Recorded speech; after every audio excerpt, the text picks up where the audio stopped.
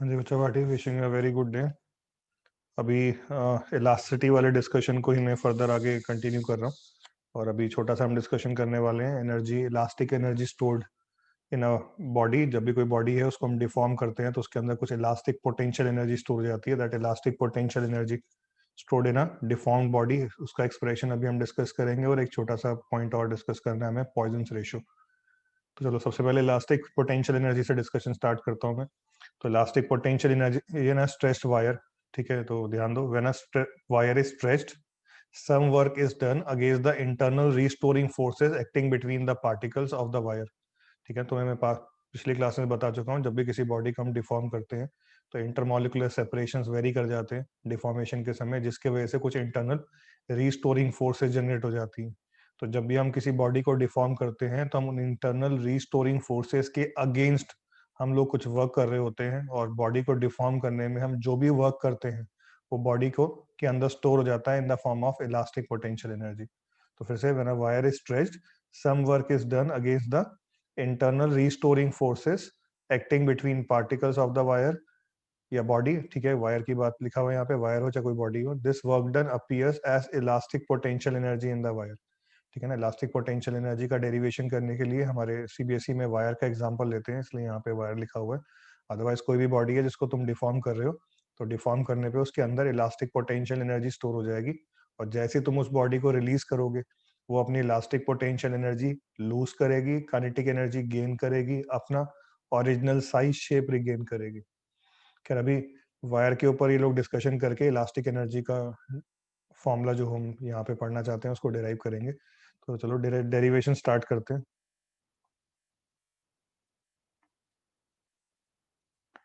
तो consider a wire of length L and cross section area capital A. ठीक है ना, तुम्हारे पास कोई वायर है जिसका लेंथ एल है और उसका एरिया क्रॉस सेक्शन कैपिटल है। Let F be the stretching force applied on the wire and delta L be the increase in length of the wire. तुमने किसी वायर को लिया और उसको डिफॉर्म करने के लिए उस पर कुछ एक्सटर्नल फोर्स एफ लगाई, और वायर की जो लेंथ है एल से इंक्रीज करके कितनी कर दी, L plus delta L. Length को एल से इंक्रीज करके कितना कर दिया हमने, एल प्लस डेल्टा एल। ठीक है, the internal restoring forces acting inside the wire was zero initially, but when the length increase to L plus delta L, L से जहां लेंथ तुम्हारी बढ़ते हुए डेल्टा एल से इंक्रीज हो गई, the internal forces increase from zero to F. ठीक है ना, हम लोगों ने जो एक्सटर्नल फोर्स लगाई उसके वजह से वायर को हम लोगों ने डिफॉर्म किया। जैसे जैसे हम वायर को डिफॉर्म करते जा रहे थे, वायर की इंटरनल रिस्टोरिंग फोर्सेस भी बढ़ती जा रही थी। जहां अपनी एक्सटर्नल फोर्स को हमने इंक्रीज किया फ्रॉम जीरो टू एफ, ठीक है भाई, तुमने कम फोर्स लगाई, वायर कम डिफॉर्म हुई, ज्यादा फोर्स और डिफॉर्म, और ज्यादा फोर्स और डिफॉर्म। ऐसे ही हमने अपनी फोर्स इंक्रीज कराते कराते कितनी कर दी, एफ। जब एफ फोर्स हमने लगा चुके थे तब वायर की लेंथ एल से एल प्लस डेल्टा एल हो चुकी थी, वायर फर्दर और डिफॉर्म नहीं हो रही। तो ऑब्वियसली वायर की जो इंटरनल रिस्टोरिंग फोर्स है वो हमारी एक्सटर्नल फोर्स एफ के बराबर हो गई होगी। तो जैसे जैसे हम अपनी फोर्स को जीरो से बढ़ाते बढ़ाते एफ ले गए, वायर की लेंथ एल से बढ़ते बढ़ते एल प्लस डेल्टा एल हो गई। वायर की इंटरनल रिस्टोरिंग फोर्सेस भी जीरो से बढ़ते बढ़ते एफ हो गई। ठीक है, तो 10 average internal force to increase the length of the wire क्या हो गई हमारी, zero plus F by two. या फिर यहीं पे तुम एक्सटर्नल एवरेज एक्सटर्नल फोर्स की भी बात कर लो, तो एवरेज एक्सटर्नल फोर्स की वैल्यू भी तुम्हारी क्या हो जाएगी, एफ बाई टू। भाई याद करो, हम लोग वर्क पावर एनर्जी चैप्टर के अंदर जब भी कोई पोटेंशियल एनर्जी का फॉर्मूला डिराइव करते थे, तो बॉडी को हम जो भी पोटेंशियल एनर्जी हमें निकालनी होती थी उसको डिराइव करने के लिए हम बॉडी को उसकी इनिशियल स्टेट से फाइनल स्टेट कैसे लेके जाते थे। तो कैसे लेके जाते थे, स्लोली लेके जाते थे, याद आ रहा है। स्लोली ले जाने से क्या होता था, काइनेटिक एनर्जी में चेंज जीरो होता था, हम जो भी वर्क करते थे वो सारा का सारा सिस्टम में स्टोर हो जाता था in the form of potential energy, as kinetic energy में change of the system is zero. और हम अपना वर्क डन ढूंढ लेते थे, हमारा वर्क डन ही सिस्टम की पोटेंशियल एनर्जी के बराबर हो जाता था। तो यहाँ पर भी वही केस है, let F be the stretching force, ठीक है, which is increase from zero to F slowly. ठीक है, यहाँ पे एडेड होना चाहिए था, ये बुकिश लैंग्वेज है जो हमारी स्कूल की बुक्स में मिलती है, तो मैंने वहीं से लिखी हुई है, बट यहाँ पे लैंग्वेज में force F should be increase, external force should be increase from zero to F slowly, जिसकी वजह से वायर तुम्हारी स्लोली डिफॉर्म होगी और वायर की इंटरनल रिस्टोरिंग फोर्सेस भी जीरो से एफ स्लोली इंक्रीज होगी। ठीक है ना, तो चाहे इंटरनल एवरेज इंटरनल फोर्स की बात कर लें चाहे एवरेज एक्सटर्नल फोर्स की बात कर लें, it varies from 0 to F, जिसकी एवरेज वैल्यू क्या हो जाएगी हमारी F/2। क्या इस एवरेज फोर्स का वर्क डन कितना होगा, इस फोर्स के ऊपर, वर्क डन के ऊपर हम लोग आते हैं। ठीक है ना, तो चलो अभी जो हमने एवरेज फोर्स निकाली थी उसी का हम वर्क डन निकालना जा रहे हैं। तो hence work done on the wire by external force will be equal to average external force into displacement. और डिस्प्लेसमेंट तुम कितना लाए थे, जब वायर को तुमने एक्सटर्नल फोर्स लगा के डिफॉर्म किया था, उसकी लेंथ को L से L प्लस डेल्टा L किया था। तो ध्यान दो, जिन एंड्स पे तुम एक्सटर्नल फोर्स लगा रहे थे वो कितना डिस्प्लेस हुए। तो कॉमन सेंस है, जब लेंथ L से L प्लस डेल्टा L हुई तो तुमने एक्सटर्नल फोर्सेस लगा के एंड्स को कितना डिस्प्लेसमेंट दिया होगा, डेल्टा L। तो work done force into displacement में हमारी फोर्स वेरी कर रही है। एवरेज वैल्यू ऑफ फोर्स हमने कितना ले लिया, 0 से F वेरी कराई तो एवरेज F/2, और डिस्प्लेसमेंट कितना कराया एंड्स के अंदर, डेल्टा L। तो हमें कितना वर्क करना पड़ गया, F/2 इंटू डेल्टा L।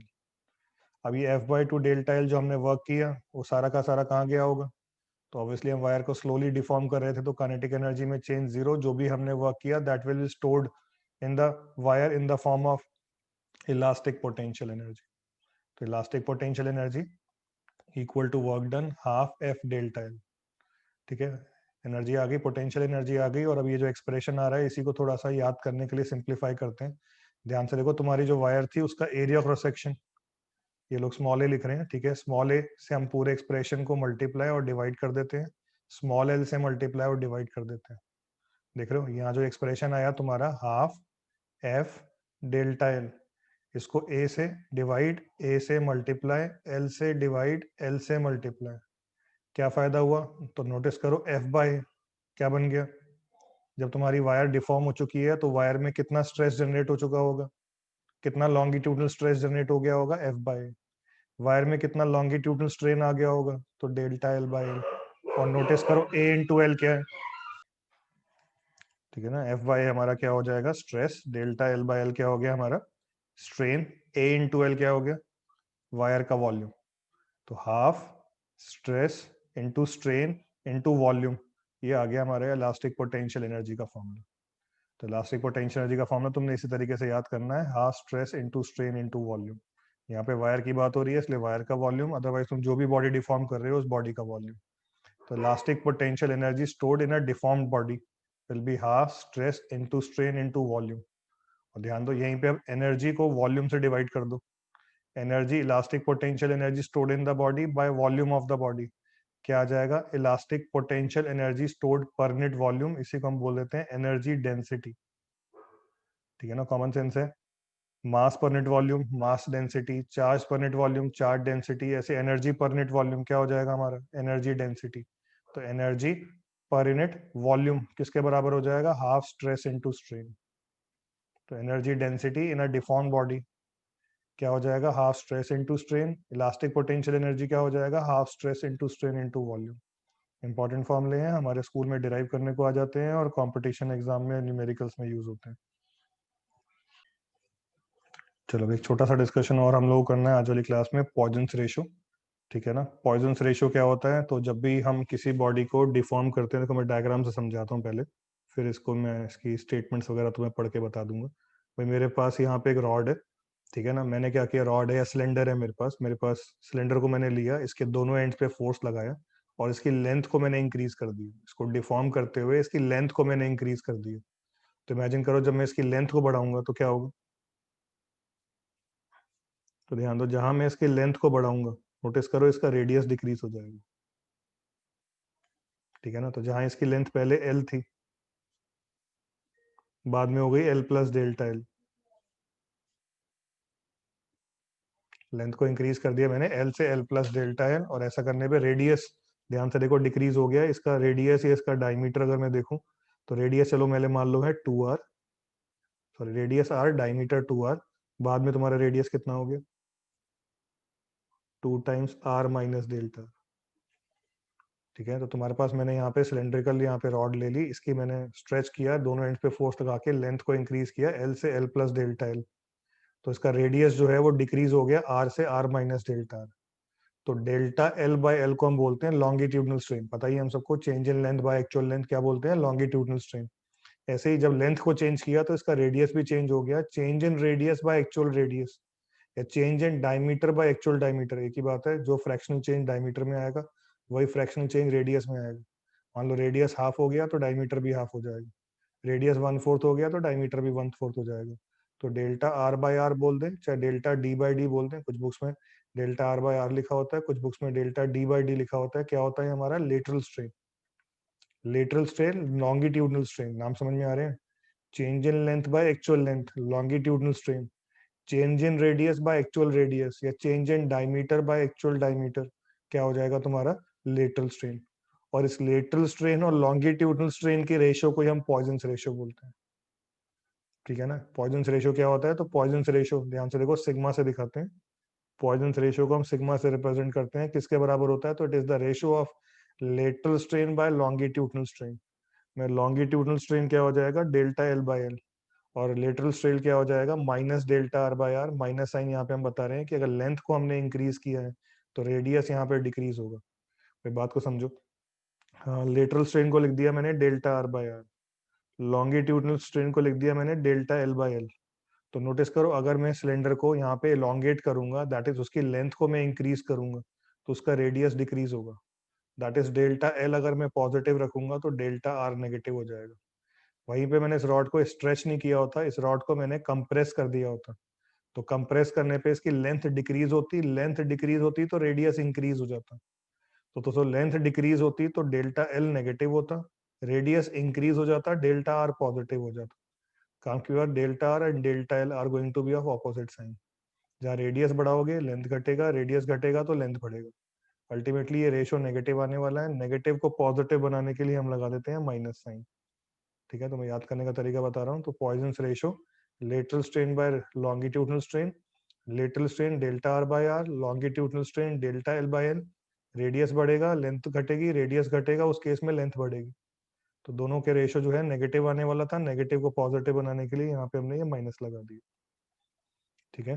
और यहाँ पे अब एक छोटा सा पॉइंट और आ रहा है, ध्यान से देखो, ये मेडिकल वाले स्टूडेंट्स के लिए ज्यादा काम का है। मेडिकल वालों के एग्जाम में पास्ट ईयर में आया भी क्वेश्चन है। तो पॉइजन्स रेशियो जो होता है इसकी प्रैक्टिकल रेंज बताओ, इसकी थ्योरेटिकल रेंज बताओ। तो theoretical value of Poisson's ratio, theoretical range of Poisson's ratio is -1 to 0.5। जबकि प्रैक्टिकल रेंज, कभी भी तुम कहीं पे भी लैब में जाके एक्सपेरिमेंट करोगे तो practical value of Poisson's ratio is found between 0 to 0.5। तो ये स्ट्रेट फॉरवर्ड 1 मार्क के तुम्हारे क्वेश्चन बन जाते हैं, या ऑब्जेक्टिव के अंदर ABCD 4 ऑप्शन, ठीक है। Theoretical range of Poisson's ratio बताओ, practical range of Poisson's ratio बताओ। थ्योरेटिकल रेंज पूछी है तो -1 to 0.5, प्रैक्टिकल रेंज पूछी है तो 0 to 0.5। तो जैसे पास्ट ईयर में क्वेश्चन आया हुआ है, which of the following values can not be possible for Poisson's ratio.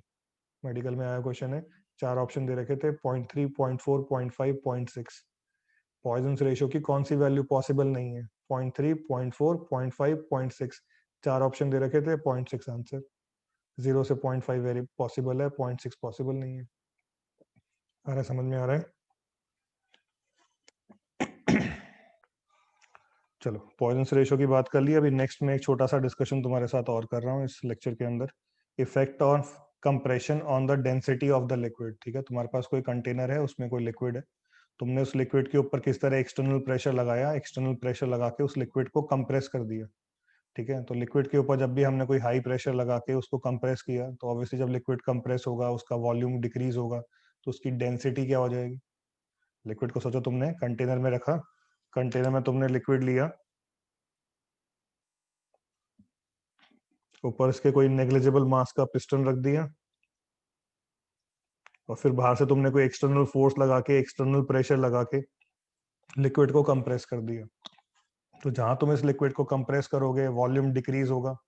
Compress करने के बाद मास क्या रहेगा, कंप्रेस करने के बाद मास तो सेम रहेगा, कंप्रेस करने से मास पे कोई फर्क नहीं पड़ेगा। वॉल्यूम की वैल्यू क्या होगी, डिक्रीज। तो density mass upon volume, density क्या होती है, मास अपॉन वॉल्यूम, में मास रहा सेम, वॉल्यूम हो गया डिक्रीज, तो डेंसिटी क्या हो जाएगी, इंक्रीज। तो ध्यान से देखो, जब भी किसी लिक्विड के ऊपर हम लोग प्रेशर एक्सर्ट करेंगे तो उसकी डेंसिटी की वैल्यू वेरी करेगी। तो कैसे वेरी करेगी, उस वेरिएशन के लिए हम एक रिलेशन यहाँ पे डिराइव करने जा रहे हैं, वो डेरिवेशन देखते हैं और रिलेशन डिराइव करते हैं। तो चलो सबसे पहले तो डेंसिटी, मास और वॉल्यूम में सबको रिलेशन मालूम है। Density of a liquid will be equal to mass upon its volume. ध्यान दो, दोनों साइड लॉग ले लिया।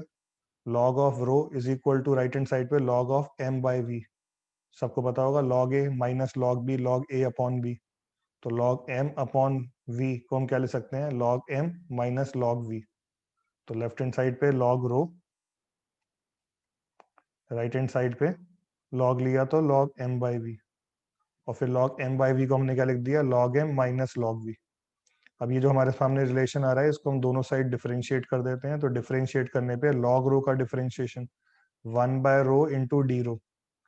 log m अभी तुम्हें मैं रियलाइज करा रहा था, जब मैं लिक्विड को कंप्रेस करूंगा उसकी डेंसिटी वेरी करेगी, उसका वॉल्यूम वेरी करेगा, पर उसका मास क्या रहने वाला है कंप्रेस करने के बाद भी, same. As mass is constant during the process, log of m भी कांस्टेंट, कांस्टेंट का डिफरेंशिएशन 0। आगे माइनस माइनस log v का डिफरेंशिएशन क्या हो जाएगा, 1 by V into D V. और डी वी क्या होता है, change in volume, delta V लिख दिया। डी रो क्या होगा, चेंज इन डेंसिटी, उसको हमने डेल्टा रो लिख दिया। तो ध्यान दो रिलेशन आ गया, delta rho by rho is equal to minus of delta V by V. ठीक है ना। तो ध्यान दो, जब भी हम वॉल्यूम को वेरी कराएंगे कंप्रेस करके लिक्विड को, तो उसकी डेंसिटी में वेरिएशन आएगा। Fractional change in density delta rho by rho will be equal to negative of fractional change in volume minus delta V by V. ठीक है ना, पहला रिलेशन ये हम लोगों ने density is equal to mass upon volume वाले relation से निकाल दिया। चलो इसके बाद हम लोगों ने पास में पिछली क्लासेस में बल्क मॉडुलस के बारे में पढ़ा हुआ है। बल्क मॉडुलस क्या होता है, तो volumetric stress by volumetric strain, याद है। तो वॉल्यूमेट्रिक स्ट्रेस क्या हो जाता था हमारा, डेल्टा पी, याद है, हाइड्रोलिक स्ट्रेस। ऑब्जेक्ट को हमने लिक्विड में डिप किया था, चारों तरफ से प्रेशर पी से बढ़ के पी प्लस डेल्टा पी हो गया था। तो जो प्रेशर में इंक्रीमेंट डेल्टा पी आया था उसी ने तुम्हारी बॉडी के को कंप्रेस कर दिया था, उसके वॉल्यूम को डिक्रीज कर दिया था, और उसमें वॉल्यूमेट्रिक स्ट्रेन आ गया था डेल्टा वी बाई वी। तो मैंने बल्क मॉडुलस लिखा था delta P upon delta V by V, और फिर मैंने मॉडुलस लगा दिया था। जब मैंने बल्क मॉडुलस के बारे में पढ़ाया था तो मैंने यहाँ पे मॉडुलस लगा दिया था। तो फिर से मैं तुम्हें वहां पे भी हिंट कर रहा था कि जब भी तुम प्रेशर को इंक्रीज करोगे, ठीक है, तो क्या होगा ऑब्जेक्ट का वॉल्यूम डिक्रीज। ऐसे यहाँ पे जब मैं प्रेशर को इंक्रीज करूंगा तो वाटर का वॉल्यूम क्या होगा, डिक्रीज। तो प्रेशर इंक्रीज तो वॉल्यूम डिक्रीज। ऐसे मान लो यहाँ पे मैं प्रेशर, जो भी एक्सटर्नल प्रेशर था उसको डिक्रीज कर दूंगा, तो फिर से लिक्विड एक्सपैंड करेगा, वॉल्यूम इंक्रीज। काम की बात, प्रेशर इंक्रीज तो volume decrease, delta P positive तो डेल्टा वी नेगेटिव। ऐसे प्रेशर डिक्रीज तो volume increase, pressure delta P negative तो delta V positive. Ultimately delta P by delta V ये रेशियो नेगेटिव आने वाला है। जबकि मैं बता चुका हूँ पास में तुम्हें, बल्क मॉडुलस पॉजिटिव क्वांटिटी होती है, नेगेटिव को पॉजिटिव बनाने के लिए माइनस साइन। तो bulk modulus is equal to minus V delta P by delta V. तो ध्यान से देखो, यहीं से minus delta V by V किसके बराबर आ गया, minus delta V by V किसके बराबर आ गया, delta P by V, second relation. तो minus delta V by V की वैल्यू फर्स्ट रिलेशन से delta rho by rho, second वाले डिस्कशन से माइनस डेल्टा वी की V, delta V by V की value delta P by V. And from 1 and 2 मैं दोनों relations को अब इक्वेट कर देता हूँ। ठीक है ना, तो ये हमारे पास रिलेशन आ गया फ्रॉम 1 एंड 2। तो delta rho by rho will be equal to delta P by B. और अब delta rho change in density क्या हो जाएगा, final density minus initial density. तुम्हारे लिक्विड की इनिशियल डेंसिटी हम रो मान लेते हैं, प्रेशर इंक्रीज करने के बाद जब उसकी डेंसिटी चेंज हो गई थी, क्या हो गई थी, रो डैश। तो delta rho, rho minus rho dash by actual density rho will be equal to delta P by B. और यहीं पे थोड़ा सा मैनिपुलेशन करें तो हमारे पास रिलेशन आ गया, rho dash is equal to rho 1 plus delta P by B. तो जहां तुम वाटर के ऊपर जो प्रेशर है उसको डेल्टा पी से, लिक्विड के ऊपर जो प्रेशर है उसको डेल्टा पी से इंक्रीज करोगे, उसकी डेंसिटी रो से रो डैश हो जाएगी। रो डैश की वैल्यू क्या होगी, rho into 1 plus delta P by B. बहुत ही इंपॉर्टेंट रिलेशन है न्यूमेरिकल्स के हिसाब से, इसको याद कर लो। जब भी लिक्विड के ऊपर तुम प्रेशर डेल्टा पी से इंक्रीज करोगे और उस लिक्विड का बल्क मॉडुलस बी है, तो लिक्विड की इनिशियल डेंसिटी रो, तो final density rho dash will be rho 1 plus delta P by B. और तुम्हें मैंने पास में बताया है 1 बाय बल्क मॉडुलस को हम क्या लिखते हैं, 1 बाय बल्क मॉडुलस का रेसिप्रोकल इज कॉल्ड कंप्रेसिबिलिटी। तो इसी रिलेशन को तुम इस तरीके से भी याद कर सकते हो, rho dash is equal to rho 1 plus K delta P. ठीक है, तो इंपॉर्टेंट रिलेशन है सीबीएसई के न्यूमेरिकल्स में और कंपटीशन के न्यूमेरिकल्स में। दोनों में काम आ जाता है, इंपॉर्टेंट है याद रखना सब। ठीक है बेटे, तो अभी इस लेक्चर के लिए इतना ही। ठीक है, अभी एक छोटा सा डिस्कशन और रह गया है स्ट्रेस स्ट्रेन ग्राफ के ऊपर, वो मैं तुम्हें फिर नेक्स्ट लेक्चर में भेजूंगा। अदरवाइज मेजरली इस इलास्टिसिटी की जो थ्योरी है वो हमारी कंप्लीट है।